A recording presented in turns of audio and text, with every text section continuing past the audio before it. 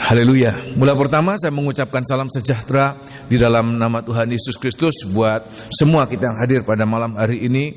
Semoga damai sejahtera Allah ada di tengah-tengah kita. Ada yang kita datang dengan masalah, dengan pergumulan, dengan apapun juga. Tetapi saya sangat percaya Tuhan bekerja di tengah-tengah kita. Tuhan sudah menyediakan segala yang baik untuk kita.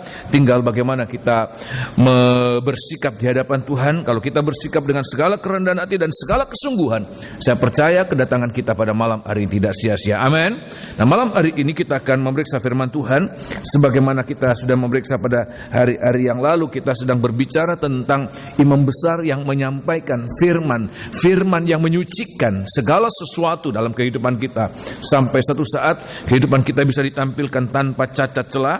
Dan semoga kita boleh mengalami setiap kali kita mendengarkan firman Allah itu menguduskan, menyucikan kita, ya, mengerjakan penyucian dosa sampai tuntas. Malam hari ini kita akan lanjut dalam kitab Wahyu pasal 2 dan pasal 3. 7 jemaat yang ada di Asia itu berbicara tentang setiap jemaat secara jemaat lokal, tetapi juga ini berbicara dalam setiap pribadi kita.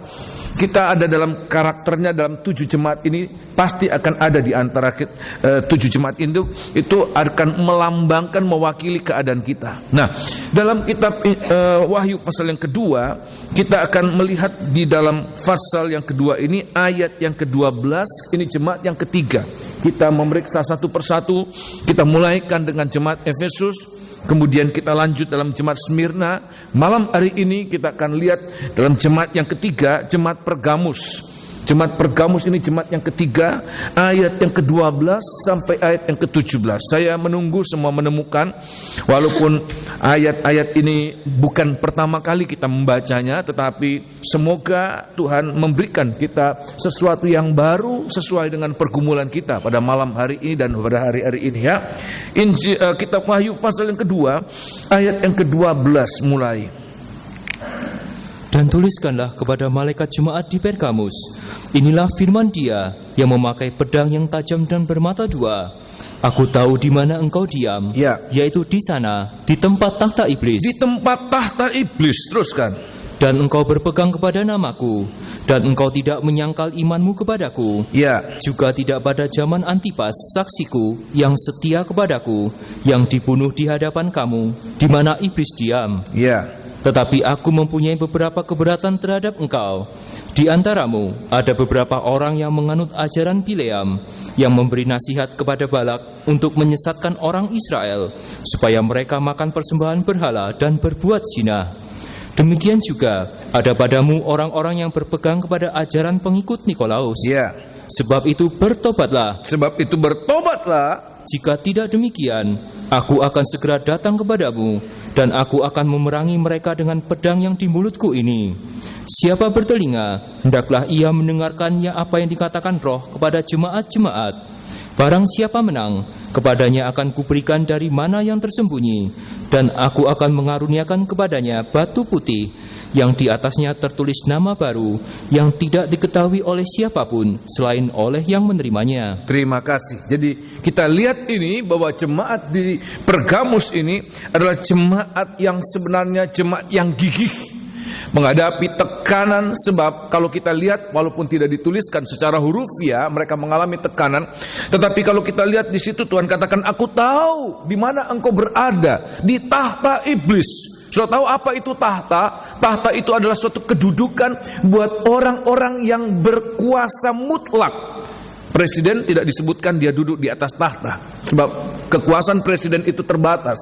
Tetapi tahta itu hanya untuk raja, hanya untuk kaisar, pribadi-pribadi yang berkuasa mutlak. Dan secara rohani, tahta itu adalah tahta Allah, itu Allah yang berkuasa, atau tahta iblis. Dan kalau itu berada pada tahta iblis, dan ayat mengatakan di mana itu berarti suatu kehidupan seperti dalam kuasa penuh dari iblis, di mana dia akan menggocoh seseorang. Sampai kapan?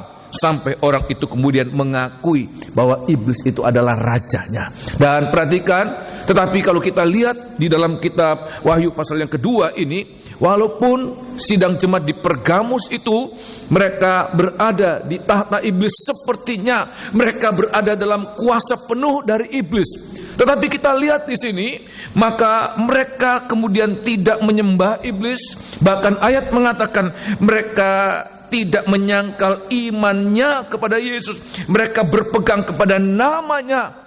Bahkan walaupun mereka diperhadapkan, salah seorang dari mereka yang namanya Antipas, seorang saksi yang setia, ayat mengatakan walaupun Antipas dibunuh di hadapan mereka, mereka tidak menyangkal nama Tuhan, mereka tidak menyangkal pribadi Tuhan, iman mereka kepada Tuhan. Tetapi kemudian Tuhan katakan ada beberapa kekurangan, ada beberapa keberatan terhadap jemaat ini. Sebab apa? Sebab jemaat ini, ayat mengatakan, begitu toleran, begitu permisif untuk sesuatu yang tidak baik, bahkan sesuatu yang sangat dibenci oleh Tuhan. Apa itu? Ada ajaran-ajaran yang tidak benar, ada ajaran sesat. Itu ternyata berkuasa dalam jemaat ini. Dia paling tidak dia mencemari. Ada beberapa orang yang kemudian ikut dalam pengajaran-pengajaran ini. Sehingga Tuhan katakan bertobat. Sebab kalau tidak, aku akan datang dengan pedang yang tajam. Pedang yang tajam itu firman yang menyucikan. Tetapi kalau mereka tidak bertobat, maka firman itu akan berubah untuk memerangi, menghukum mereka. Tapi sebaliknya, kalau mereka bertobat, maka jemaat ini mendapatkan janji yang luar biasa besar. Apa itu? Tuhan akan menyatakan, memberikan mana yang tersembunyi, mana yang disimpan, mana yang tidak pernah busuk. Sebab secara jasmani, waktu orang Israel dipelihara dengan mana itu hanya berumur 1 hari. Pada hari Sabat mereka berumur 2 hari. Hari yang kelima, hari yang keenam mereka memungut 2 gomer, hanya berumur paling lama 2 hari. Selebihnya mana itu akan berbau busuk dan berulat. Tetapi ada satu mana, di mana mana itu kemudian masuk dalam buli-buli, disimpan, disembunyikan di dalam tabut perjanjian. Itu yang masuk di tanah Kanaan.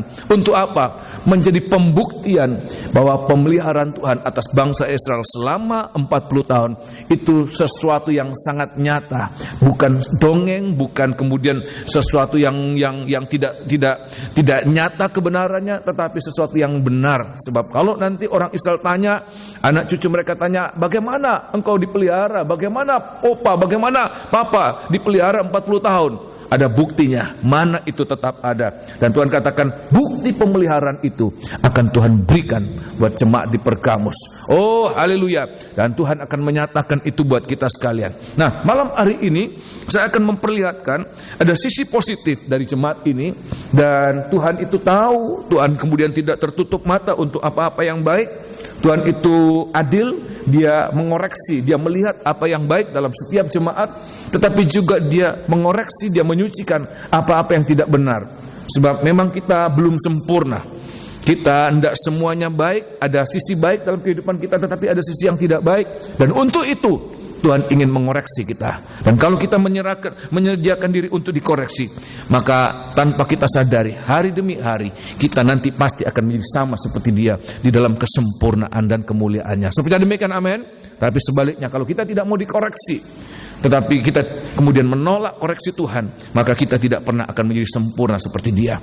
Malam hari ini kita akan lihat pada ayat yang ke-13 sekali lagi. Di sini ada 2 perkara yang akan saya munculkan. Saya akan lebih fokus pada bagian ini adalah pada ayat yang ke-13.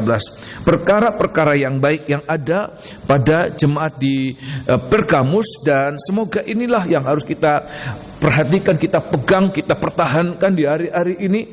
Kalau kita mengalami demikian, walaupun dalam tekanan, sebab berada di wilayah musuh.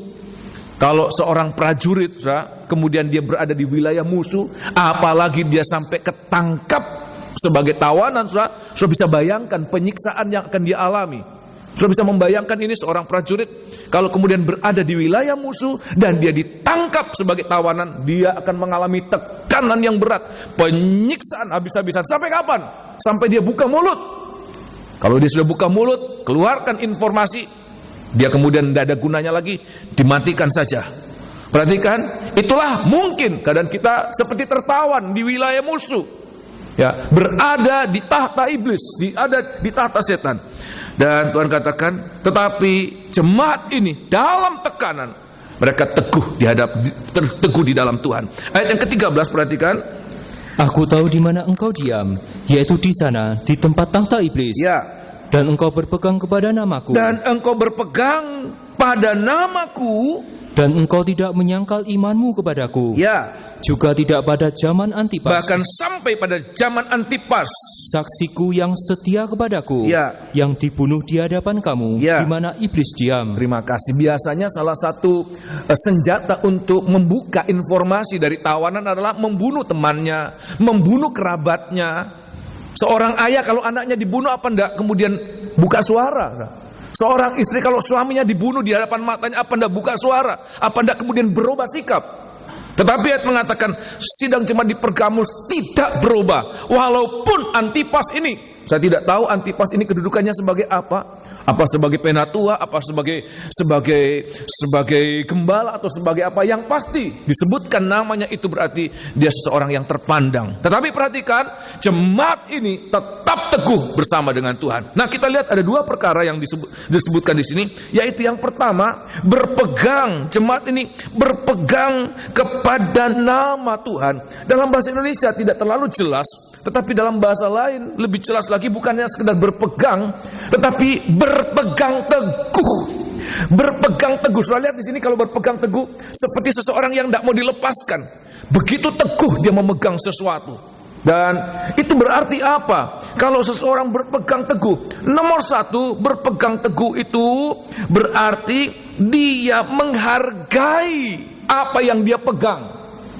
Saya miris sekali mendengarkan pada saat BlackBerry masih mahal-mahalnya, seorang anak diberikan hadiah dari ayahnya, BlackBerry terbaru mungkin pada saat itu, dan dia begitu sayang, sehingga walaupun pada saat itu dia dipalak, dia diminta, dia pegang ini, dia ditusuk, dia tetap pegang teguh apa yang menjadi pemberian ayahnya. Kenapa? Dia anggap ini berharga, sehingga dia mati sedang memegang apa yang dianggap berharga. Perhatikan ini.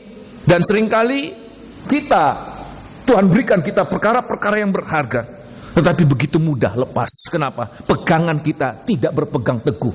Jemaat di Pergamus, dia berpegang teguh. Pengertian pertama, berpegang teguh artinya menghargai nama Yesus. Ini menghargai nama Yesus. Kenapa dia begitu menghargai nama Yesus? Kenapa? Sebab di dalam nama Yesus terkandung perkara-perkara yang sangat bernilai. So, percaya demikian, amin? Ya, kalau sesuatu tidak berharga, ada orang minta, apalagi ditodong nyawa atau apa yang kau pegang. Kalau itu tidak berharga, kita akan dengan mudah melepaskan. Tetapi kalau sesuatu berharga, apapun harga yang harus kita bayar, kita akan tetap pertahankan. Sebab apa? Apa yang kita pegang itu sesuatu yang berharga, sesuatu yang berkuasa. So, percaya demikian, amin? Nah, malam hari ini saya akan perlihatkan apa harga dari apa yang dipegang. Yang dalam hal ini ayat mengatakan apa? Nama Yesus. Nah, perhatikan apa itu? Kenapa begitu dia menghargai? Kenapa dia begitu pegang? Sebab di dalam nama Yesus, perhatikan, di dalam nama Yesus ada kuasa yang namanya kuasa keselamatan, kuasa untuk menyelamatkan. Oh, haleluya. Dan semoga ini kita boleh mengerti, tidak sembarang nama Tuhan berikan buat kita. Tetapi nama Yesus itu terkandung di dalamnya apa? Nomor satu, ada keselamatan. Sebagai pembuktian kita akan taruh tanda di ayat ini. Kita akan baca di dalam kitab Kisah Rasul pasal yang keempat. Suratan kitab Kisah Rasul pasal yang keempat. Oleh sebab itu di hari-hari ini kita manusia yang paling beruntung. Kita ini orang kafir yang tidak ada kaitan apa-apa dengan nama Yesus pada awalnya. Tetapi Tuhan berikan buat kita. Tuhan berikan kita untuk apa? Menyandang nama Yesus. Dan perhatikan, di dalam nama Yesus itu bukannya sekedar identitas kekristenan kita, bukan. Tetapi ayat mengatakan di dalam nama Yesus ada apa? Yang lebih dari hanya sekedar identitas, yaitu ada kuasa untuk menyelamatkan. Ayat yang ke-12, kitab Kisah Rasul pasal 4 ayat yang ke-12, perhatikan. Kitab Kisah Rasul pasal yang ke-4 ayat yang ke-12. Oleh sebab itu, biarlah hari-hari ini yang harus kita pegang kuat-kuat. Kita pegang erat-erat, jangan sampai hilang. Keselamatan itu terlalu berharga. Seharga dengan apa, saudara? Nama Yesus. Pegang itu. Tolong baca ayat yang ke-12. Dan keselamatan tidak ada di dalam siapapun juga selain di dalam Dia. Selain di dalam Dia. Sebab di bawah kolong langit ini, perhatikan, tidak ada nama lain yang diberikan kepada manusia. Satu-satunya nama. Tidak ada nama lain di bawah kolong langit ini yang olehnya kita dapat diselamatkan. Terima kasih. Oleh sebab itu kita harus menyadari ini. Nama Yesus itu sesuatu yang sangat berharga, yang jangan mudah, jangan boleh sampai dilepaskan. Kenapa? Pegang erat-erat, sebab di dalam nama Yesus terkandung apa? Nomor satu, kandungan yang ada dalam nama Yesus adalah keselamatan. Kalau orang-orang yang mudah melepaskan keselamatan, itu akan menjadi orang-orang yang tidak berharga di hadapan Tuhan. Tetapi kalau orang-orang pegang itu kuat-kuat, walaupun kemudian harus mati karena dipegang keselamatan. Kita Wahyu pasal 13 kita sudah baca pada hari yang lalu ya, bahwa berharga di mata Tuhan orang-orang yang apa, saudara? Mati dalam Tuhan. Dia mati sedang pegang nama Yesus, keselamatan itu. Ayat mengatakan tubuhnya mati, tetapi jiwa rohnya itu mengalami diselamatkan. Bukan hanya ditolong, bukan hanya diselamatkan tubuhnya, jiwa rohnya itu tidak akan binasa untuk selama-lamanya. Oleh sebab itu di hari-hari ini seringkali cara berpikir kita tentang kehidupan itu begitu picik, seolah-olah hidup kita ini hanya sebatas hidup tubuh kita ini. Padahal ayat mengatakan hidup tubuh kita ini sangat apa? Terbatas. 120 tahun Tuhan katakan di dalam kitab Kejadian pasal yang ke-6. Kemudian Musa mengatakan dalam kitab Mazmur ya, pasal 90, 70 atau 80 tahun. Lebih dari itu hanya kemurahan, tetapi mengalami banyak keterbatasan, banyak penderitaan. Oleh sebab itu kalau kita menyadari itu, bahwa sebenarnya hidup manusia tidak hanya sebatas tubuh ini terbatas, tetapi ada di balik itu. Apa itu? Jiwa roh kita. Itu yang harus kita mengerti. Kita harus pegang keselamatan kita, bukan hanya sebatas tubuh kita. Sakit sembuh, hampir celaka kemudian diselamatkan. Ya, itu keselamatan yang kecil. Tetapi lebih dari itu, bagaimana kita mengalami tidak masuk dalam kematian yang kedua, api neraka, tetapi tinggal dalam kerajaan surga yang kekal. Oleh sebab itu di hari-hari ini pegang ini ya, keselamatan itu pegang. Orang yang mengalami kuasa nama Yesus itu sampai dia merasakan, dia bisa terbuka mata bahwa di dalam nama Yesus ada keselamatan. Dia tidak akan melepaskan itu dengan cuma-cuma dengan begitu mudah, tetapi dia tidak pernah akan melepaskan. Nah, saya akan berbicara tentang hal keselamatan itu ya. Ya, keselamatan di dalam nama Tuhan. Nomor satu, bagaimana kita boleh mendapatkan sesuatu yang ada dalam tangan kita? Itu berarti tadinya kita terima. Sebab apa? Kita lahir dengan tangan kosong. Kita lahir tidak bawa apa-apa. Tetapi perhatikan, kita boleh menerima keselamatan itu. Kita boleh mendapatkan keselamatan. Dan perhatikan, Alkitab mengatakan keselamatan itu bukan sesuatu yang diperjuangkan dan kita dapatkan karena perbuatan baik kita, karena kita kemudian sumbang sana sumbang sini, bukan. Karena kita tidak mencuri, tidak berzina, tidak menipu, kita menjaga hidup baik. Ya, secara norma-norma moral kita sangat baik. Bukan karena itu kita diselamatkan, tetapi ayat mengatakan keselamatan itu hanya merupakan apa? Anugerah. Apa itu anugerah? Suatu pemberian di mana bukan usaha. Kita tidak ada usaha sedikit pun. Kita hanya terima dari Tuhan. Dan bagaimana kita boleh mendapatkan? Suratan Roma pasal yang ke-10, ini Roma pasal yang ke-10, keselamatan di dalam nama Tuhan itu. Semoga itu kita kemudian berjaga, tidak gampang-gampang mempermainkan, tidak gampang-gampang melepaskan, tetapi menjadi sesuatu yang sangat berharga, lebih berharga dari emas, perak.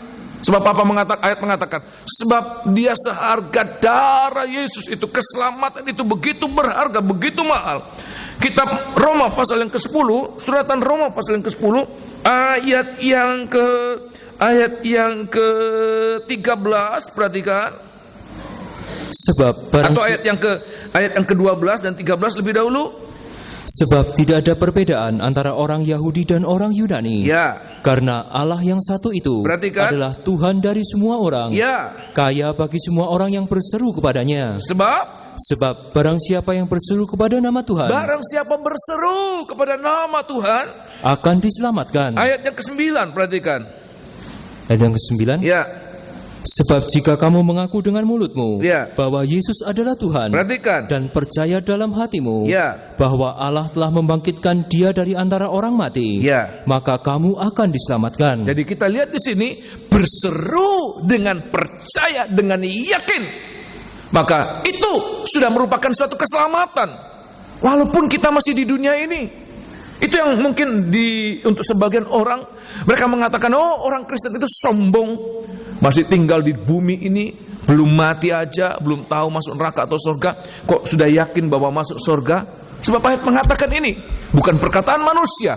Ayat mengatakan, kalau dengan hati kita percaya, kita mengaku bahwa Yesus adalah Tuhan, dan kita berseru, bahwa ayat mengatakan seruan kita itu, seruan kepada namanya itu senilai dengan keselamatan. Oleh sebab itu, ini dia juga, kalau saya kaitkan dengan perjanjian lama, Tuhan katakan, jangan gampang-gampang merendahkan, mempermainkan, menyebut nama Tuhan dengan sia-sia. Sebab nama Tuhan itu yang sangat berharga, itu yang sangat mahal. Kenapa?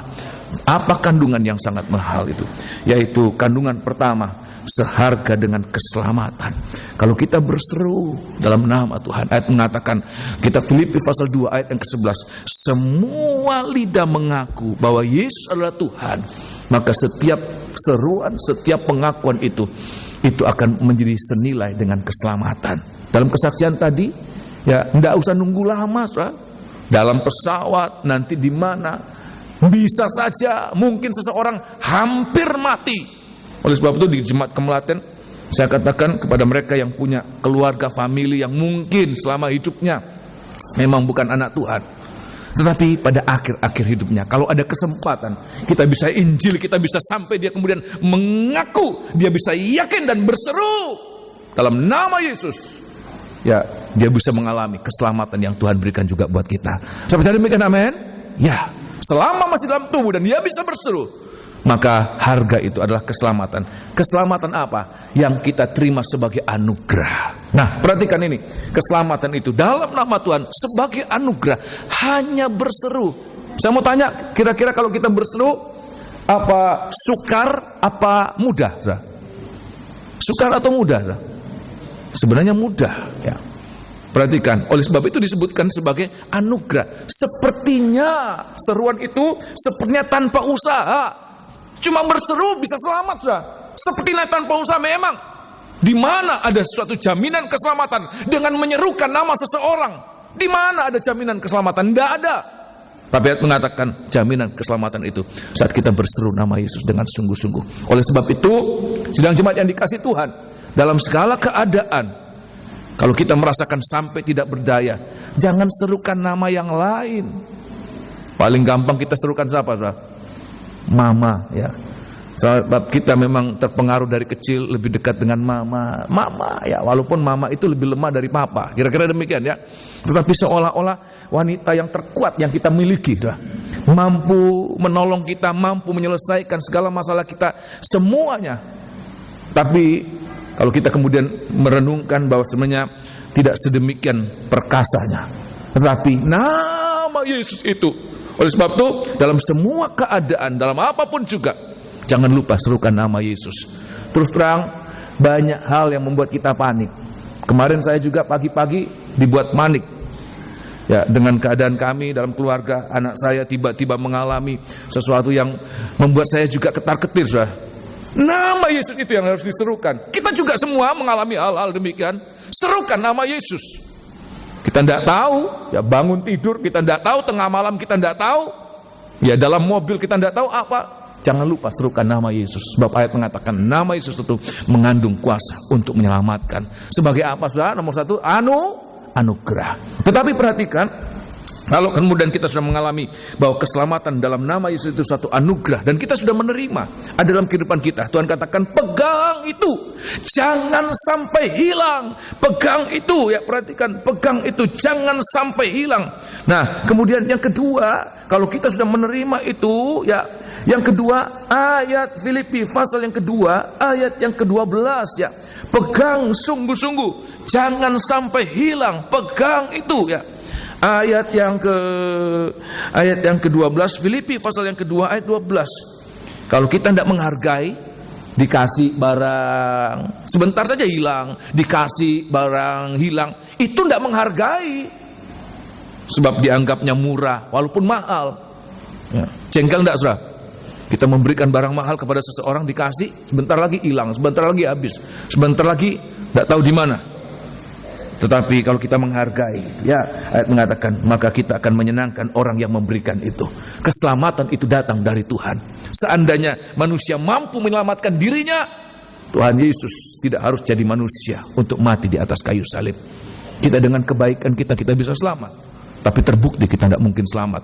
Oleh sebab itu, Bapa harus mengutus anaknya untuk memberikan keselamatan di dalam nama anaknya Yesus Kristus.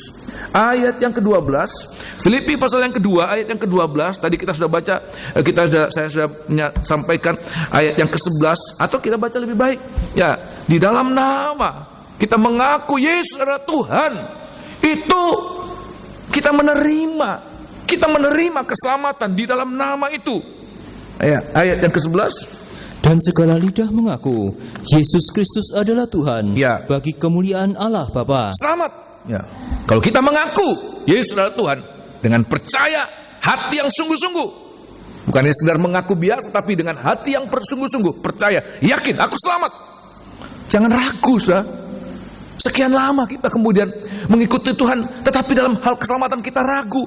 Buat apa kita jadi orang Kristen? Buat apa kita melayani kalau kita keselamatan kita ragu-ragu? Tentang keselamatan kita ragu-ragu. Kita harus yakin, dengan hati kita percaya, dengan mulut kita mengaku Dia adalah Tuhan. Tuhan katakan selamat. Kemudian ayat yang ke-12, hai saudara-saudaraku yang kekasih, kamu senantiasa taat. Ya. Karena itu tetaplah kerjakan keselamatanmu. Tetaplah kerjakan keselamatanmu. Teruskan. Dengan takut dan gentar. Dengan takut dan gentar. Bukan saja seperti waktu aku masih hadir, ya, tetapi terlebih pula sekarang waktu aku tidak hadir. Ya. Karena Allah lah yang mengerjakan di dalam kamu, ya, baik kemauan maupun pekerjaan menurut kerelaannya. Terima kasih. Ayat mengatakan kerjakan keselamatan. Keselamatan yang sudah kita terima dengan gratis. Hanya mengaku, hanya percaya. Ayat mengatakan orang yang percaya bukan hasil pekerjaan kita, bukan karena kebaikan kita, karena percaya kepada Yesus kita menerima. Perhatikan, kalau kita sudah menerima keselamatan itu, Tuhan katakan sekarang bukan hanya percaya, tetapi harus ada apa? Perbuatan. Perhatikan, tanpa iman itu tidak sia-sia. Tetapi juga iman tanpa perbuatan, maka itu juga mati. Oleh sebab itu, kalau kita sudah percaya dan kita menerima keselamatan itu, dan katakan kerjakan keselamatan itu. Ada satu cerita, ada satu perumpamaan. Tuhan katakan seperti kita menerima apa, saudara? Talenta. Kita sudah menerima modal, saudara. Keselamatan itu modal dalam kehidupan kita. Talenta yang Tuhan berikan. Dan kalau kita sudah terima, ayat mengatakan kita harus kerjakan itu. Kerjakan. Supaya apa? Kalau kita kerjakan, bukannya makin berkurang-kurang, tetapi makin tambah. Paling tidak, perhatikan, ayat mengatakan apa? Mengerjakan keselamatan dengan rasa takut dan gentar. Kata rasa takut dan gentar itu artinya dengan sungguh-sungguh, tidak asal-asalan. Ya, tapi dengan sungguh-sungguh kita kerjakan keselamatan dengan takut dan gentar. Yaitu bagaimana di hari-hari ini jangan sampai murtad. Ibrani pasal yang ke-6, kitab Ibrani, sebab orang yang murtad lagi, ayat mengatakan orang yang murtad itu berarti dia akan kehilangan keselamatan. Apa yang Tuhan berikan keselamatan dalam nama Tuhan itu kemudian hilang dalam sekejap. Padahal untuk memberikan keselamatan itu harga yang terbayar sudah diberikan oleh Bapa, anaknya yang tunggal untuk mati untuk kita, ya. Kitab Ibrani pasal yang ke-6, oleh sebab itu di hari-hari ini Oh haleluya, semoga kita boleh mengerti ini. Kitab Ibrani pasal yang ke-6, Ibrani pasal yang ke-6 ayat yang ke-4. Kalau kita sudah menerima keselamatan itu, pegang itu, jangan sampai hilang. Murtad itu akan kehilangan keselamatan. Ya, tidak berpegang pada nama Yesus itu berarti kehilangan keselamatan. Ayat yang ke-4, Ibrani pasal yang ke-6 ayat yang ke-4. Sebab mereka yang pernah diterangi hatinya, Ya, yang pernah mengecap karunia surgawi, dan yang pernah mendapat bagian dalam Roh Kudus, perhatikan. dan yang mengecap firman yang baik dari Allah, Ya, dan karunia-karunia dunia yang akan datang. perhatikan. Namun yang murtad lagi, Namun yang murtad lagi tidak mungkin dibaharui sekali lagi sedemikian, tidak mungkin dibaharui lagi sedemikian. hingga mereka bertobat. Ya, Sebab mereka menyalibkan lagi anak Allah bagi diri mereka, ya. dan menghinanya di muka umum. Terima kasih. Surat ini diberikan kepada orang-orang Yahudi, orang-orang Ibrani, dan mereka pada awalnya mereka menganut agama Yudaisme, ya, orang Yahudi, dan Tuhan katakan kepada mereka lewat penulis Ibrani ini supaya apa? Jangan murtad. Kata murtad di sini kembali lagi kepada apa? Nomor satu ini, manusia kembali kepada kepercayaan yang lama. Tuhan katakan, anak-anak Tuhan, apapun latar belakang kepercayaan kita, tapi kalau kita sudah menerima kepercayaan dalam nama Tuhan itu, satu perkara, pegang itu. Sebab hanya nama itu yang dapat menyelamatkan kita. Tidak ada nama lain. Ini suatu keberanian percaya, suatu kebenaran. Ya, Rasul Petrus mengatakan itu suatu kebenaran, tidak ada nama lain. Kita diselamatkan hanya oleh nama itu.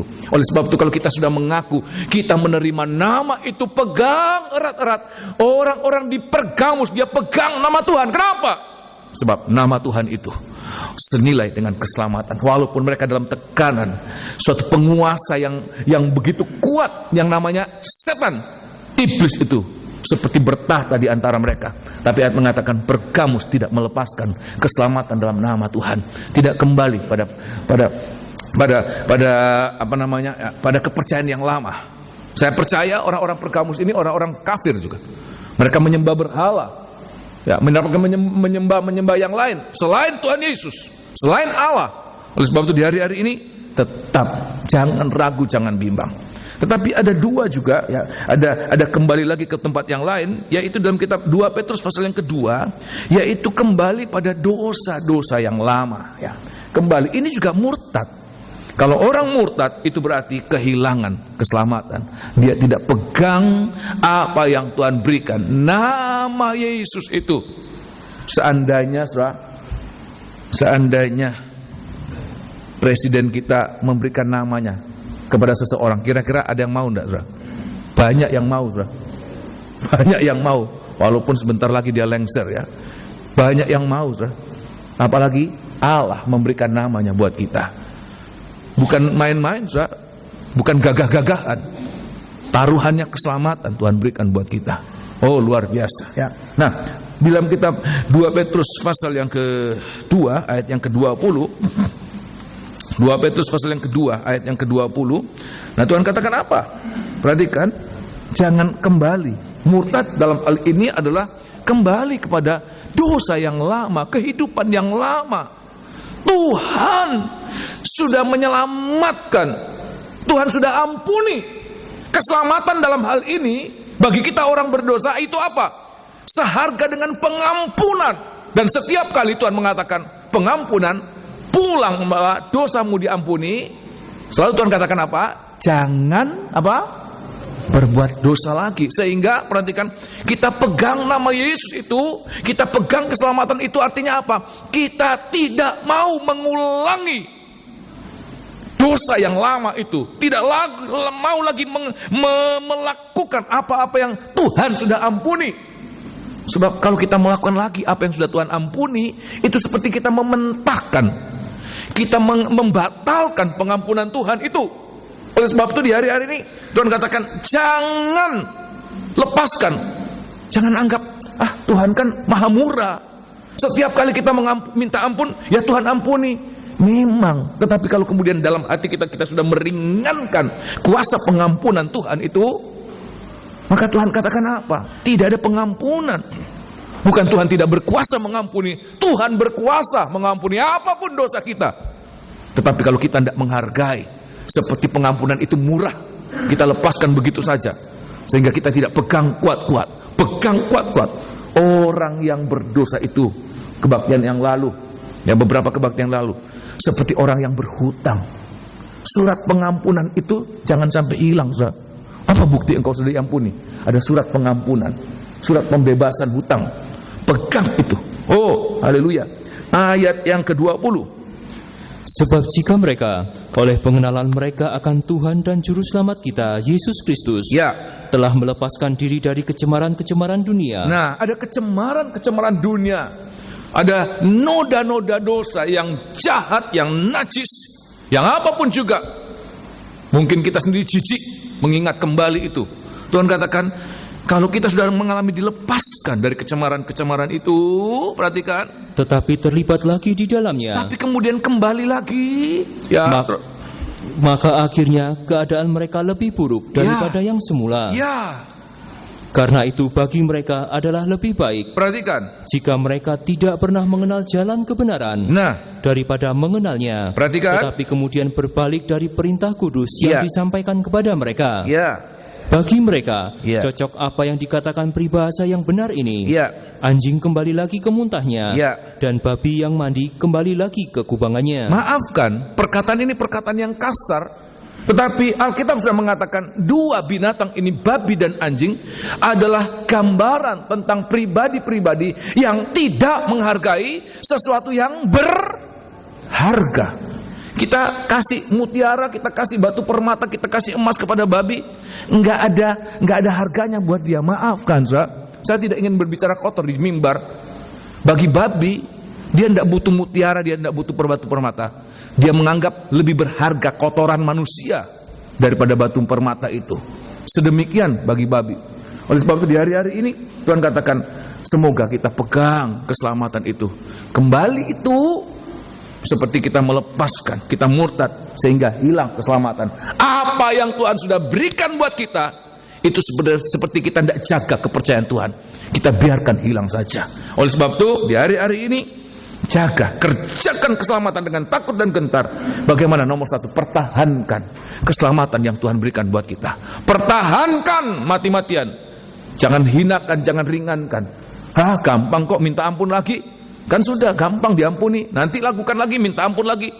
Kalau terus menerus itu terjadi dan Tuhan datang, apa yang terjadi? Kehilangan kesempatan untuk minta ampun, kehilangan kesempatan untuk bertobat. Oleh sebab itu di hari-hari ini, ya Tuhan katakan nomor satu, jangan sampai murtad lagi. Baik murtad dalam kepercayaan yang lama maupun murtad dalam dosa-dosa yang lama. Tapi biar hari-hari ini. Kebaktian yang lalu saya sempat katakan, kalau kita kemudian kembali lagi, kapan bisa maju? Kapan bisa maju? Tiap mau maju, ya kembali lagi, kemudian kembali lagi, kapan bisa maju? Paling tidak, ya paling banter itu diam di tempat atau ndak mundur. Sebab ada ayat mengatakan orang yang kembali lagi, seperti dia dilepaskan dari satu setan, kemudian dimasuki berapa setan? 7 setan. Saya bisa bayangkan lebih mundur lagi. Ya, lebih mundur lagi. Dulunya tidak terlalu. Tapi kemudian berulang-ulang kali. Dia kemudian lebih dalam, lebih jauh. Oleh sebab itu di hari-hari ini, keselamatan, pengampunan itu bukan sesuatu yang murah. Bukan sesuatu yang mahal. Itu hanya ada di dalam nama Tuhan. Pegang nama Tuhan. Senilai dengan pengampunan, senilai dengan keselamatan. Yang kedua, berbicara tentang kerjakan keselamatan. Nomor satu, jangan sampai murtad. Ini kita mengerjakan keselamatan. Tadi kita hanya menerima, kita hanya berseru. Sekarang kita kerjakan dengan rasa takut dan gentar. Ya, kalau kita kemudian mempertahankan keselamatan, untuk tidak murtad, itu tidak main-main, sebab ayat mengatakan teman-teman lama itu manggil lagi. Kita baca coba satu ayat. Saya teringat itu ya. Kitab 1 Petrus ya. 1 Petrus pasal yang ke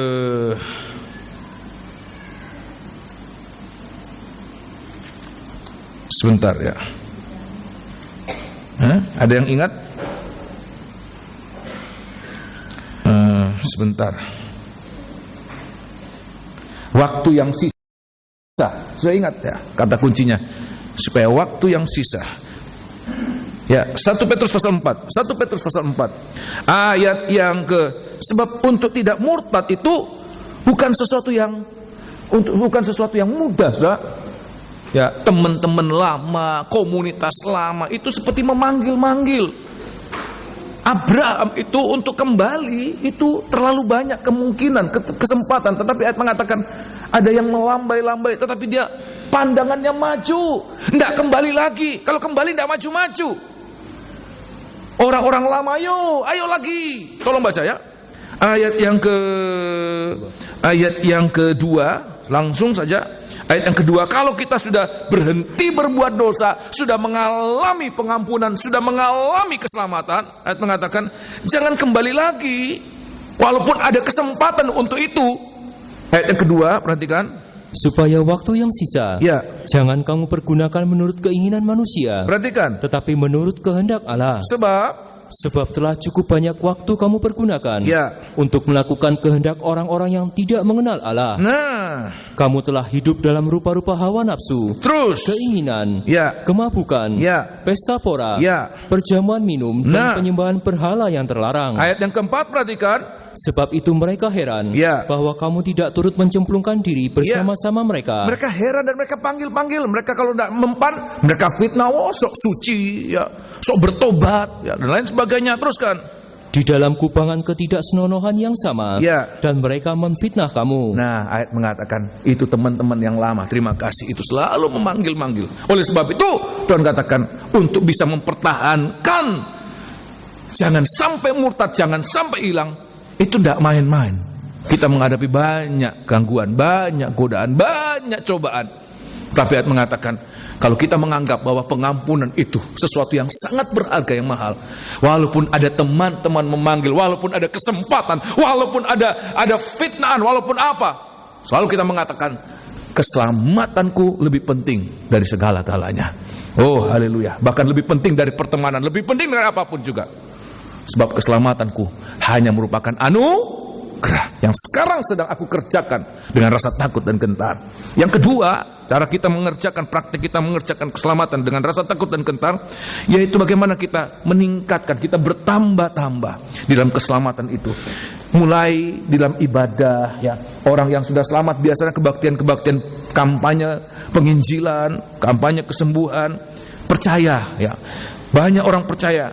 Nah, kemudian dimasukkan dalam kemudian gereja-gereja lokal untuk digembalakan. Di sini kita kemudian mengalami mempertambahkan iman kita dari hanya percaya, kemudian ayat mengatakan ditambah-tambahkan. Tolong baca ya, suratan 2 Petrus pasal yang pertama, suratan 2 Petrus pasal pertama, kitab 2 Petrus pasal yang pertama, lewat ibadah kita. Oleh sebab itu, ibadah ini jangan sekedar datang pulang, seolah-olah kita datang itu tidak mengalami nilai tambah dalam kerohanian kita. Perhatikan, apalagi kita imam-imam, kita anggap ibadah itu suatu rutinitas. Kita datang, tidak kelihatan ada peningkatan, skalanya tetap.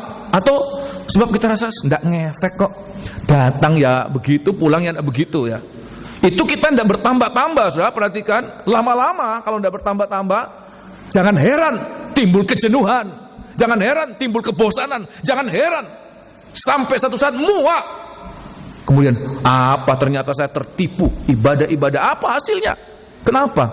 Sebab seperti ibadah itu tidak ditingkatkan, tidak bertambah-tambah di dalam iman kita, ya. Nah, di dalam kitab 2 Petrus pasal pertama, 2 Petrus pasal pertama harus bertambah-tambah, ya. Jangan biasa kalau kemudian rasanya kok tidak ada peningkatan rohani, ya, dari tahun ke tahun, ya. Bukannya malah meningkat, malah tidak sungguh-sungguh. Ini yang saya lihat malah terbalik, ya. Kalau imam-imam baru sungguh-sungguh sekali, makin lama terpengaruh, ya. Loh, aku sungguh-sungguh sendiri. Lihat teman-teman biasa-biasa, aku biasa-biasa sajalah, asal-asalan sajalah. Waktu baru masuk semangat-semangat sekali. Oh, di mana ada latihan sungguh-sungguh. Tapi makin lama, ya, makin rasanya biasa, tidak perlu latihan, tidak perlu apa, biasa. Perhatikan ini, hati-hati. Kita tidak kemudian sedang mengerjakan keselamatan dengan apa? Takut dan gentar. Nah, ayat yang kelima, tolong baca ya. Ayat yang kelima. Justru karena itu, kamu harus dengan sungguh-sungguh berusaha untuk menambahkan kepada imanmu kebajikan. Ayat mengatakan sungguh-sungguh dengan takut dan gentar mengerjakan keselamatan itu. Ayat mengatakan sungguh-sungguh menambahkan imanmu dengan kebajikan. Ada pertambahan, saudara. Pertama kali percaya, mendapatkan iman. Tapi selang berjalannya waktu, tidak mandek di situ. Tapi ada pertambahan. Ayat mengatakan iman ditambahkan dengan apa? Kebajikan. Kebajikan. Apa itu kebajikan? Suatu perbuatan baik. Iman tanpa perbuatan pada dasarnya apa, saudara? Mati. Tapi harus ada perbuatan kebajikan. Ya, teruskan. Dan kepada saya ulangi, dan kepada kebajikan, pengetahuan. Ada pengetahuan bertambah. Skala kerohanian itu nyata, nampak. Ada pertambahan, ada progres yang nyata. Teruskan. Dan kepada pengetahuan, penguasaan diri. Ya. Kepada penguasaan diri, ketekunan. Kok malah tidak makin menguasai diri, makin lepas kontrol, makin tidak menguasai diri dalam perkataan, dalam perbuatan. Ya. Itu berarti apa? Tidak bertambah-tambah. Berarti kita tidak mengerjakan keselamatan. Teruskan. Dan kepada ketekunan, kesalehan. Ya. Dan kepada kesalehan, kasih akan saudara-saudara. Ya. Dan kepada kasih akan saudara-saudara, kasih akan semua orang. Sebab apabila semuanya itu ada padamu dengan berlimpah-limpah. Nah, ayat mengatakan dengan berlimpah-limpah. Ya, nyata dengan berlimpah-limpah itu dipertambah-tambahkan. Terus kan? Kamu akan dibuatnya menjadi giat dan berhasil. Makin berhasil. Sesuatu yang maju, sesuatu yang bertambah-tambah itu menggairahkan. Tapi kalau sesuatu yang mandek, saya sendiri kalau lihat ini tanaman kok tidak maju-maju, ya dari tahun ke tahun daunnya tetap dua, ya lama-lama bosan, sudah disirami tiap hari, ya kok tidak tumbuh-tumbuh bantut, sudah bosan akhirnya biarkan saja, ya gak ada pertambahan. Seringkali kalau kita tidak mengalami pertambahan, mengakibat kebosanan, jenuh, ya ibadah melayani tidak maju-maju, sudah.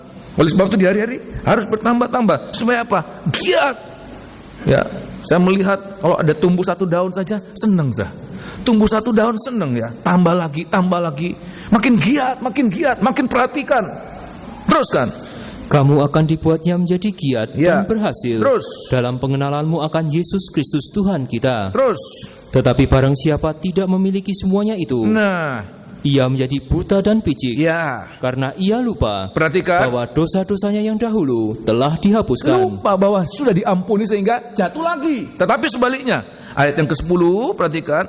Sebaliknya, ayat mengatakan kalau kita makin bertambah-tambah, ini mengerjakan itu seperti yang punya talenta 5 talenta bertambah-tambah jadi berapa, saudara? 5 talenta lagi. Tidak mandek, saudara. Ada yang mandek memang. 2 talenta tambah lagi, 2 lagi, bertambah-tambah. Ada yang cuma 1, bukan masalah 1, tapi karena tidak dikerjakan. Kenapa, saudara? Masuk dalam sapu tangan, disimpan dalam tanah, tidak dikerjakan, dibiarkan saja, tidak dikembangbiakan. Ya, waktu datang Tuhannya, ini Tuhan, ya, engkau jahat, engkau memetik, panen di tempat engkau tidak menabur, ya, seperti perkataanmu jadinya. Nah, kita lihat pada ayat yang selanjutnya, ayat yang ke-10. Karena itu saudara-saudaraku, berusahalah sungguh-sungguh, supaya panggilan dan pilihanmu makin teguh. Sebab jikalau kamu melakukannya, kamu tidak akan pernah tersandung. Makin kuat. Orang yang makin bertambah-tambah, ayat mengatakan itu tidak pernah terserandung. Itu bukan berarti tidak ada sandungan, Tidak pernah terserandung itu bukan berarti nggak ada tantangan, nggak ada halangan, nggak ada sandungan.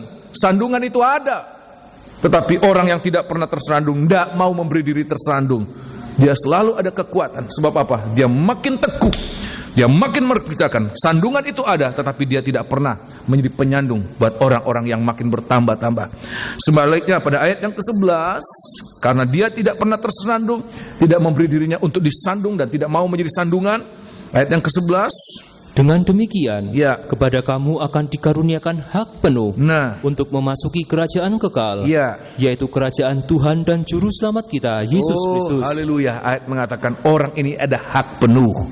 Itu seperti dapat batu putih di mana namanya itu tertulis namanya di atas batu putih itu. Kita tidak bisa pakai karcisnya orang lain, saudara. Masuk surga tidak bisa. Sekarang naik pesawat terbang aja, kira-kira demikian ya. Gak bisa pakai nama orang, kalau dulu bisa ya. Bahkan orang laki naik pakai tiketnya perempuan masih bisa. Sekarang masing-masing dengan nama sendiri. Apalagi masuk surga, saudara. Harus nama kita. Siapa yang boleh mendapatkan itu? Ayat mengatakan hanya orang-orang yang mengerjakan keselamatan dengan takut dan gentar, dengan sungguh-sungguh dia menambahkan apa yang dia terima. Keselamatan itu senilai dengan iman, iman ditambah dengan kebajikan, kebajikan dengan pengetahuan terus bertambah. Dan ayat mengatakan dia mendapatkan hak penuh untuk kerajaan surga. Oleh sebab itu di hari-hari ini ya ayat mengatakan kita yang sudah menerima keselamatan itu pertahankan. Bukannya pertahankan, tetapi perlipat gandakan, pertambah-tambahkan. Supaya apa? Supaya apa yang kita terima itu tidak sia-sia. Ini menghargai keselamatan ya. Tetapi kalau sampai pada saat itu, sampai pada poin ini, itu hanya berguna untuk diri kita sendiri. Nah, kalau kita kemudian hanya mikir dari diri kita sendiri, itu berarti kita egois. Nah, poin yang ketiga yaitu apa? Keselamatan yang sudah kita terima ini kita mengerjakan, kita share, saksikan ya, supaya apa, saudara? Makin bertambah lagi.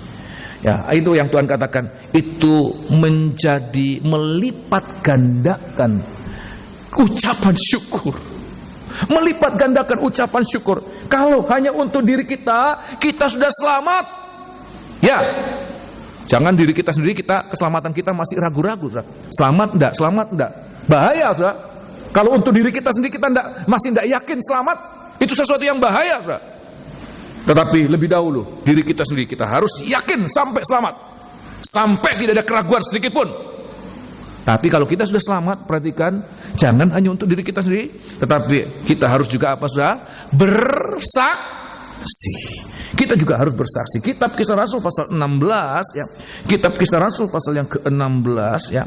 Oh, kita bersaksi seperti juga rasul-rasul juga bersaksi. Kitab Kisah Rasul pasal 16 ayat yang ke-30 31 kita akan lihat ya. Oh, haleluya. Ini memperlipat gandakan, saudara ya. Kitab Kisah Rasul pasal yang ke-16 ayat yang ke-30. Ia mengantar mereka keluar sambil berkata, Ya, Tuan, perhatikan. apakah yang harus aku perbuat supaya aku selamat? Ini Rasul Paulus ya. Rasul Paulus dimanapun dia berada, kemanapun dia pergi, selalu dalam hatinya ada kerinduan untuk bersaksi, menyampaikan firman Allah. Memang dia katakan, aku celakalah aku kalau aku tidak bersaksi, celakalah aku kalau aku tidak kemudian menyampaikan firman Allah. Ya, nah Rasul Paulus kemudian pada satu saat dimanapun dia berada, dalam keadaan baik, dalam keadaan tidak baik, ya, ayat mengatakan dia bersaksi, dia menyampaikan firman Allah demi keselamatan orang lain juga. Sebab apa? Dia sudah selamat, orang lain juga harus selamat. Amin. Ya, teruskan. Jawab mereka, Ya. percayalah kepada Tuhan Yesus Kristus, Ya. dan engkau akan selamat, Nah. engkau dan seisi rumahmu. Ya. Lalu mereka memberitakan firman Tuhan kepadanya, Ya. dan kepada semua orang yang ada di rumahnya. Ya, luar biasa. Ayat 33, perhatikan. Dan pada jam itu juga, Ya. kepala penjara itu membawa mereka dan membasuh bilur mereka. Ya. Seketika itu juga ia dan keluarganya memberi diri dibaptis. Terus. Lalu ia membawa mereka ke rumahnya, Ya. dan menghidangkan makanan kepada mereka. Ya. Dan ia sangat bergembira Ya. bahwa ia dan seisi rumahnya telah menjadi percaya kepada Allah. Jadi kita lihat di sini ada perkembangan secara kualitas dari iman sampai kasih kan semua orang, tetapi juga ada perkembangan kuantitas dari yang hanya Rasul Paulus, kemudian ayat mengatakan seluruh keluarga dari kepala penjara di Filipi itu juga menjadi percaya. Dari satu orang yang terbeban, ayat mengatakan semua orang juga mengalami diselamatkan. Oleh apa, saudara? Nama Yesus. Oleh sebab itu di sini kita harus mengerti ya, keselamatan itu ya, keselamatan itu sesuatu yang sangat besar di dalam nama Yesus. Oleh sebab itu pegang nama Yesus. Nama Yesus nomor 1 mengandung apa, saudara? Keselamatan. Yang kedua, selain mengandung keselamatan, juga di dalam nama Yesus ada kuasa. So percaya di sini nama Yesus ada kuasa? Amin, sungguh sih?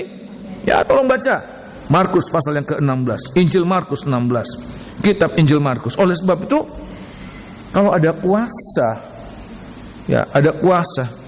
Kalau saja, saudara ya, dalam kehidupan sehari-hari, kalau saja ada seseorang memberikan kita oret-oret, saudara. Kalau ada apa-apa, kasih tunjuk itu oret-oretku, tanda tanganku, udah.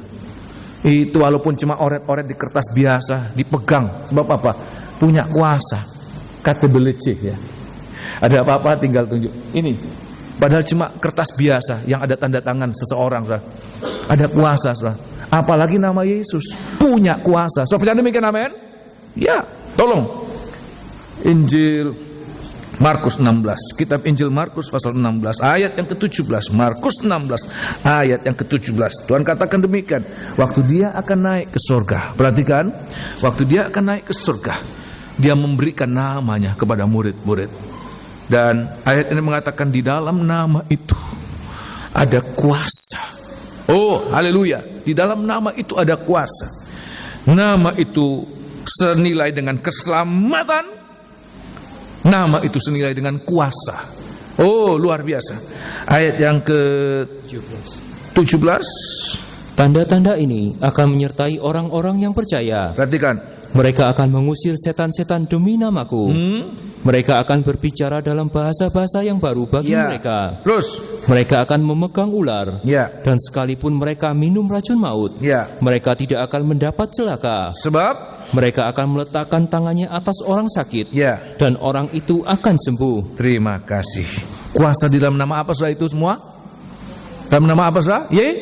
Yesus. Coba bayangkan kalau ada orang yang sedemikian luar biasanya, saudara. Apa tidak sesuatu yang sangat berharga? Dan ayat mengatakan ini Tuhan berikan buat kita.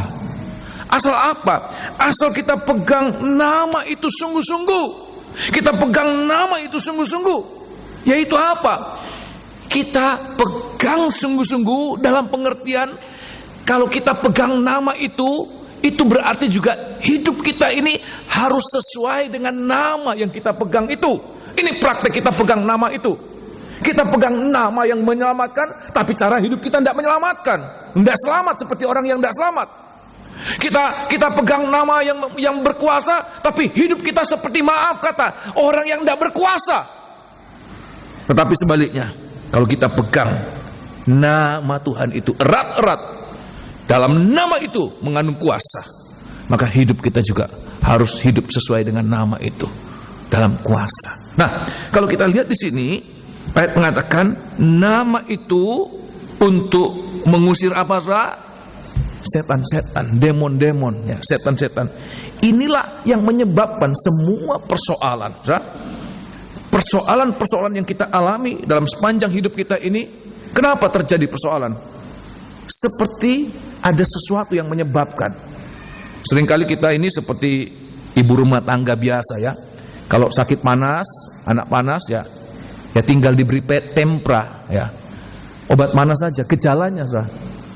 Tetapi penyebab penyakit itu entah virus, ya, entah apapun juga kita tidak tahu, kita tidak mengobati sehingga panasnya berhenti, muncul lagi. Masalah ada, sebab apa? Yang kita doakan, yang kita apakan, ya, yaitu gejalanya, saudara, bukan penyebabnya. Dan Tuhan katakan apa? Kalau kita punya nama, penyebab semua masalah, penyebab semua itu diusir. Kuasa di dalam nama Tuhan. Mengusir apa? Setan-setan. Ayat mengatakan kuasa itu mampu mengusirkan. Asal apa? Perhatikan. Asal hidup kita ini sesuai dengan nama itu. Sebab nama itu nama yang benar, nama yang kudus. Sehingga kalau kita usir setan, oleh sebab itu di hari-hari ini juga kita harus berhati-hati dalam setiap ibadah. Kita mengusir setan, jangan biarkan anak-anak atau kita main-main. Sebab Ini karakter dari setan. Kalau dia diusir satu tempat, dia akan pergi ke tempat lain. Kepada Tuhan Yesus selalu dia katakan, jangan usir aku. Kalaupun diusir dari satu tempat, satu orang, legion namanya, dia minta kompensasi, saudara. Bukan zaman sekarang aja minta ganti rugi, saudara, minta tempat yang lain ya. Setan pun dari dulu, saudara. Dia diusir dari seorang, dia minta tempat yang lain, namanya babi-babi, saudara. Siapa mereka? Orang yang tidak siap. Siapa mereka? Orang yang tidak sungguh-sungguh. Oleh sebab itu di hari-hari ini, loh kok ke gereja kok tidak tambah baik? Kok tambah jahat, tambah tidak benar? Kenapa? Sebab ke gereja tidak siap, ke gereja tidak sungguh-sungguh. Sehingga setan-setan yang diusir itu kemudian pergi kepada kehidupan-kehidupan yang tidak kemudian sungguh-sungguh dalam ibadah.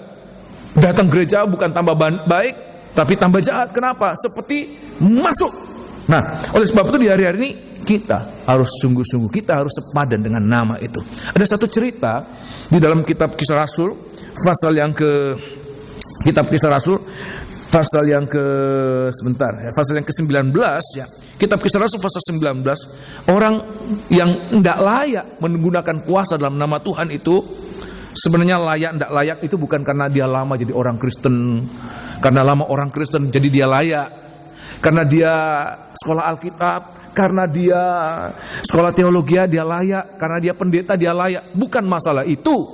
Tetapi kalau hidupnya benar, kalau hidupnya kudus seperti murid-murid ya, sehingga Tuhan percayakan namanya yang mengandung kuasa. Selama murid-murid hidup benar, selama murid-murid hidup kudus, jangan takut menggunakan kuasa dalam nama Tuhan. Kuasa dalam nama Tuhan itu mampu. Sebab apa? Ada kuasa. Tetapi kalau tidak, tolong baca kitab Kisah Rasul pasal 19. Ada orang-orang yang kemudian coba-coba ya, pikirnya, loh kok mempan, diusir pergi, doakan sembuh ya, kok mempan. Kemudian coba-coba di dalam kitab Kisah Rasul pasal 19 ayat yang ke-13, ini namanya anak-anak Skewa, hidupnya beda ya, hidupnya jauh dari Tuhan, tapi mau pakai nama Tuhan. Dia anak-anak tukang jampi ya. Tolong baca ayat yang ke-13. Juga beberapa tukang jampi Yahudi ya, yang berjalan keliling di negeri itu ya, mencoba menyebut nama Tuhan Yesus ya, atas mereka yang kerasukan roh jahat dengan berseru. Ada katanya, orang kerasukan roh jahat, ada orang yang kerasukan setan ya, diusir dengan nama itu oleh orang yang tidak layak. Teruskan. Aku menyumpahi kamu demi nama Yesus yang diberitakan oleh Paulus. Ya. Mereka yang melakukan hal itu ialah 7 orang anak dari seorang imam kepala Yahudi yang bernama Skewa. Ya, pikirnya banyak, so main keroyok. Yang kerasukan 1 orang, didoakan 7 orang, so. Pikirnya KO ini setan. Ya. Bukannya KO setannya, orangnya yang KO, so. Kenapa? Sebab apa? Tetapi roh jahat itu menjawab, ya, Yesus aku kenal. Yesus aku kenal. Dan Paulus aku ketahui. Lah kamu siapa? Teruskan. Tetapi kamu, siapakah kamu? Ya. Dan orang yang dirasuk roh jahat itu menerpa mereka dan menggagahi mereka semua dan mengalahkannya. Perhatikan. Sehingga mereka lari dari rumah orang itu dengan telanjang dan luka-luka. Perhatikan, ini bukan berarti membuat kita kemudian takut, terima kasih. Nanti kalau ada setan, saya usir malah balik lagi. Malah balik menggagahi saya ya. Malah balik nyerang saya. Kemudian kita takut ya, janganlah. Memang kita tidak boleh sembarang. Tetapi kalau kita menjaga hidup kita di dalam kesucian, menjaga hidup benar, maka ayat mengatakan walaupun kita ini orang biasa, bukan pendeta, bukan penginjil, jemaat biasa, tapi Tuhan katakan kita layak menggunakan nama itu. Kita adalah murid-murid Tuhan. Kalau kita usir setan, setan itu pergi. Kalau kita sembahyang, maka penyakitnya sembuh. Sudah percaya demikian? Amin. Apapun yang kita kerjakan di dalam nama Tuhan untuk kebaikan, maka Tuhan katakan di dalam nama Tuhan ada kuasa. Oleh sebab itu di hari ini kuasa yang mengerjakan mujizat. Kenapa?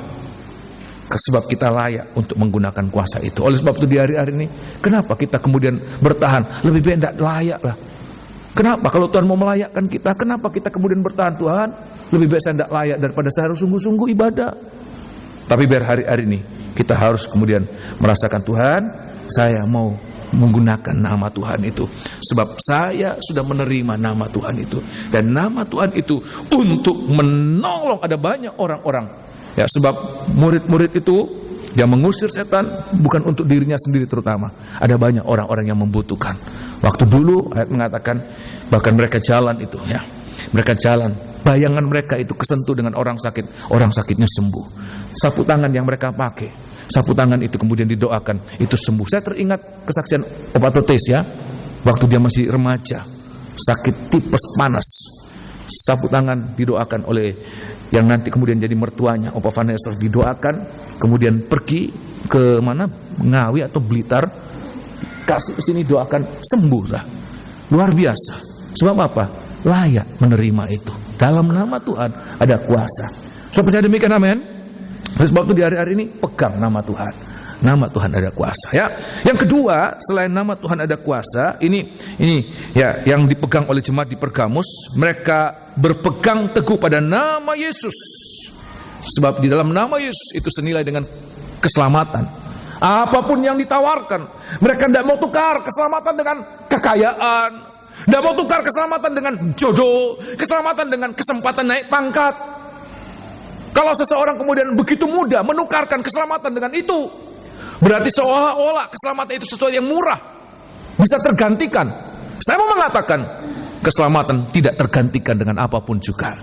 Seandainya keselamatan tergantikan, Tuhan Yesus tidak perlu turun untuk mati untuk kita. Keselamatan itu sesuatu yang tidak tergantikan dengan apapun juga.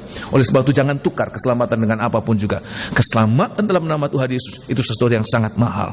Yang kedua, keselamatan itu ada kuasa atas apapun juga, atas setan. Kuasa keselamatan itu ada kuasa. Sehingga kalau kita mengalami masalah, kita mengalami apa?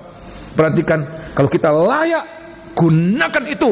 Bukan untuk, perhatikan, murid-murid ayat mengatakan pegang ular. Ularnya tidak menggigit, minum racun. Racunnya tidak kemudian mematikan mereka. Bukan untuk gagah-gagahan. Lihat loh saya, tidak mempan racun, tidak mempan ular. Bukan. Tapi untuk menolong dan mempermuliakan nama Tuhan. Amin. Menjadi kesaksian. Perhatikan, kuasa Tuhan itu bukan untuk gagah-gagahan, bukan untuk kuasa-kuasaan, tapi untuk menjadi kesaksian. Demikian juga kesaksian itu untuk menjadi sesuatu yang mempermuliakan nama Tuhan. Bukan untuk mempermuliakan diri sendiri, tetapi mempermuliakan nama Tuhan.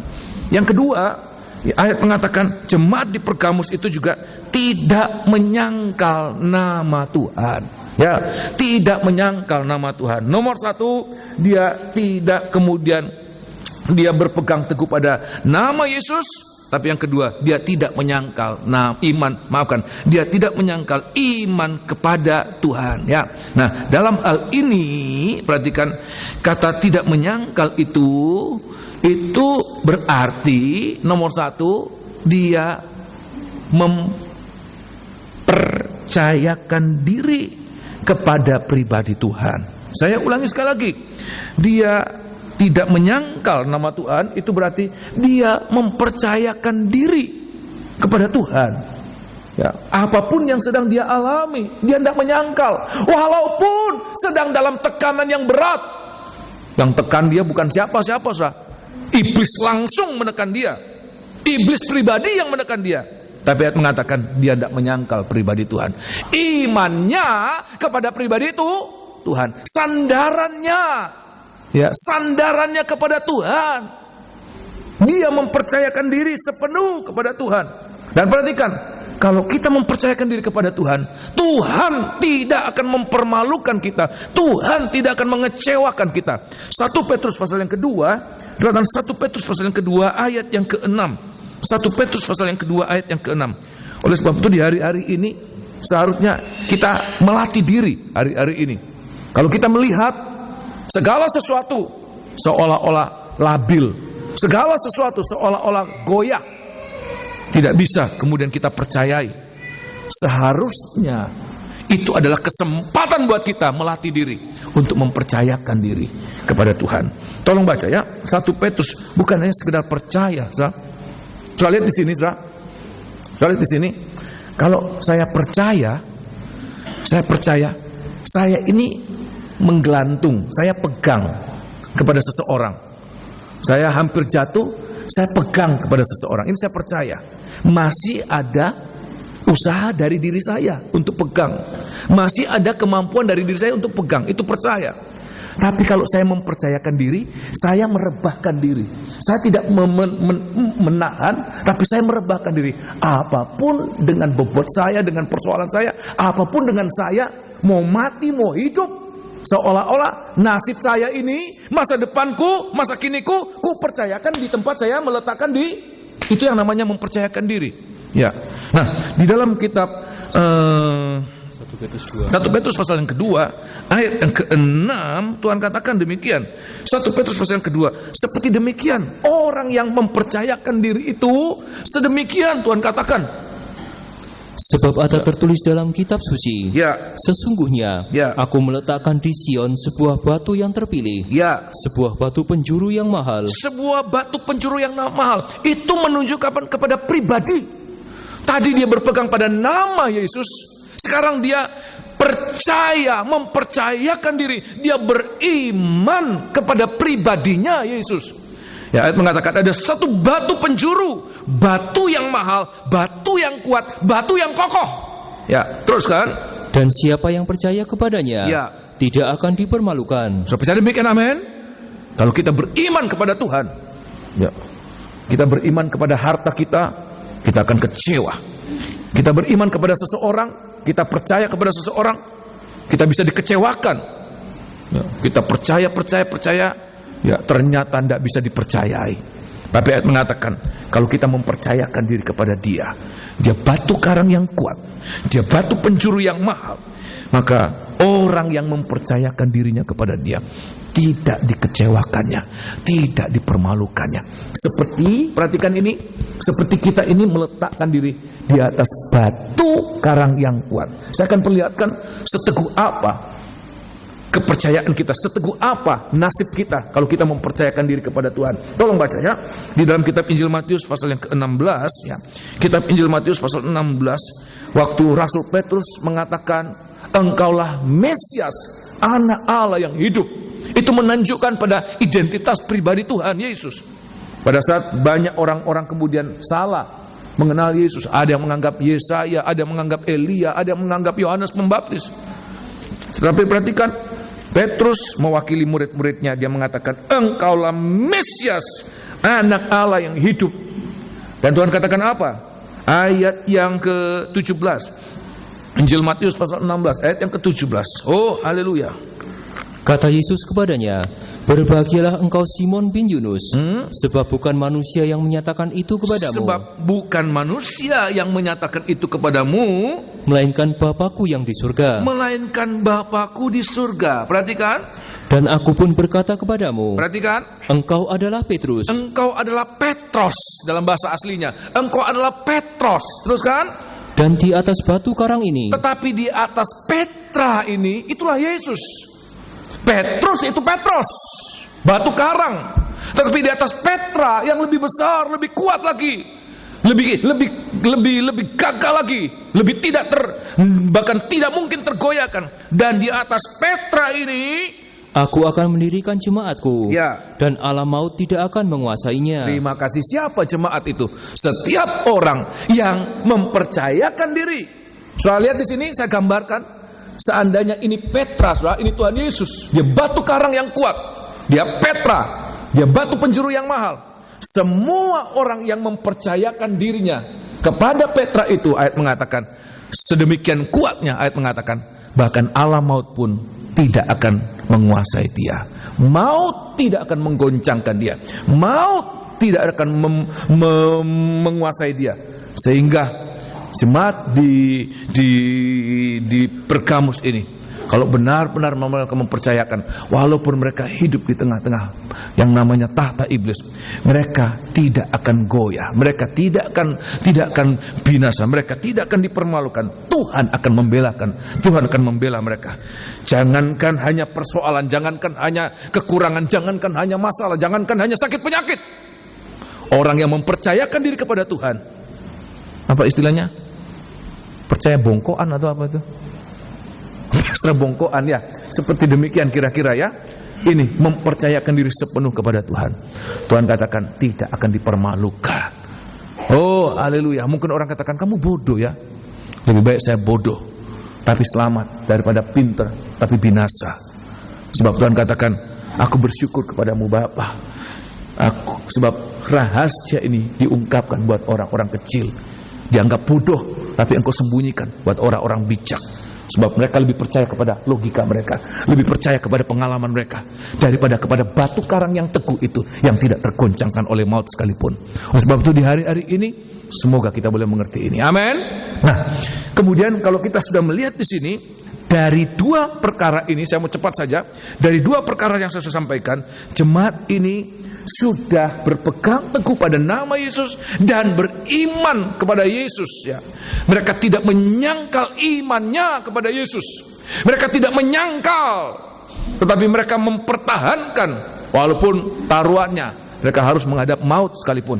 Tetapi perhatikan, tetapi Tuhan katakan sedemikian kuat, sedemikian teguh jemaat ini. Tapi Tuhan mengatakan, tapi ada beberapa kekurangan, dan kekurangan ini fatal sebenarnya, ya. Sebab apa? Ayat mengatakan, ada beberapa di antaramu menjadi pengikut Bileam, ajaran Bileam, dan pengikut apa? Nikolaus. Tidak semua, saudara, hanya beberapa. Mungkin kita bertanya dalam hati kita, kita berpikir, kenapa ini bisa terjadi, saudara? Kenapa? Suatu kehidupan yang teguh, kebaktian hari Kamis yang mengatakan dipaksa sedemikian rupa, tidak berubah, tidak takut. Tapi iblis bukan iblis kalau dia tidak kemudian menggunakan segala cara. Dengan kekerasan tidak mau, tidak bisa, dia menggunakan cara yang lain. Dengan pengajaran-pengajaran palsu. Namanya pengajaran palsu, ada enggak yang mengaku, saya ini pengajaran palsu? Ada enggak, saudara? Biar pengajaran palsu, dia tidak akan ngomong, saya ini pengajaran palsu. Kalau boleh, mirip, pakai Alkitab, ya, seperti yang asli. Tapi Tuhan katakan, itu seperti ragi. Perhatikan, walaupun tidak semua orang-orang di Pergamus menganut dua pengajaran yang dibenci oleh Tuhan ini, tapi perhatikan, ada beberapa saja itu sudah cukup untuk mencemarkan seluruh orang-orang di situ.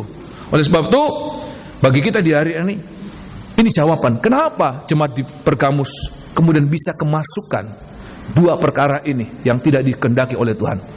Jawabannya dalam kitab Injil Matius pasal yang ke-16 ayat yang ke-6. Kitab Injil Matius pasal 16 ayat yang ke-6. Hari-hari ini kita juga harus kemudian berjaga-jaga.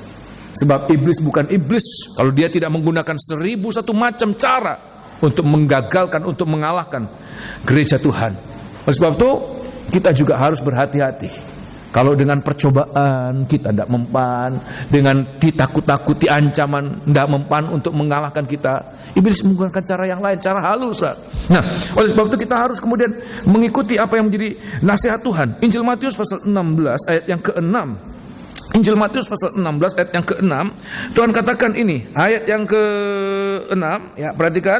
Yesus berkata kepada mereka, perhatikan, berjaga-jagalah, dan waspadalah terhadap ragi orang Farisi, ya, dan Saduki. Nah, Tuhan katakan ragi Farisi, ragi orang Saduki ini apa ini?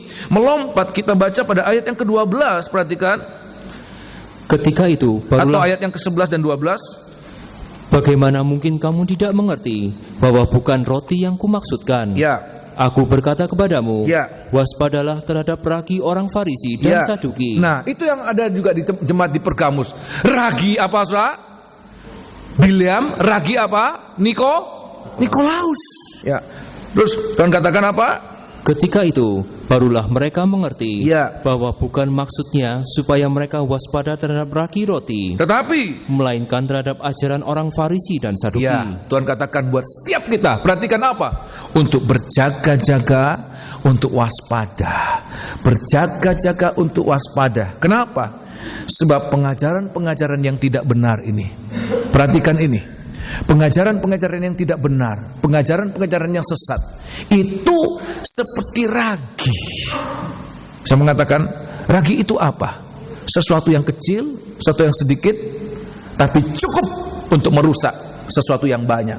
Kalau kita bikin roti 3 kilo, raginya tidak perlu setengah kilo.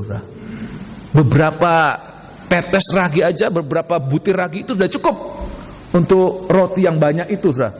Cemar semua, ya, kamir semua, ndak tahir semua itu. Padahal perhatikan, hidup kita ini Tuhan katakan itu harus seperti roti yang tahir, roti yang tanpa ragi yang dipersembahkan kepada Tuhan. Oleh sebab itu Tuhan katakan apa bagi kita di hari ini? Kita harus waspada. Kita harus berjaga-jaga terhadap apa? Ragi. Nah, saya mau mengatakan ragi ini apa, saudara? Ragi ini apa? Ragi ini sesuatu yang biasa, umum.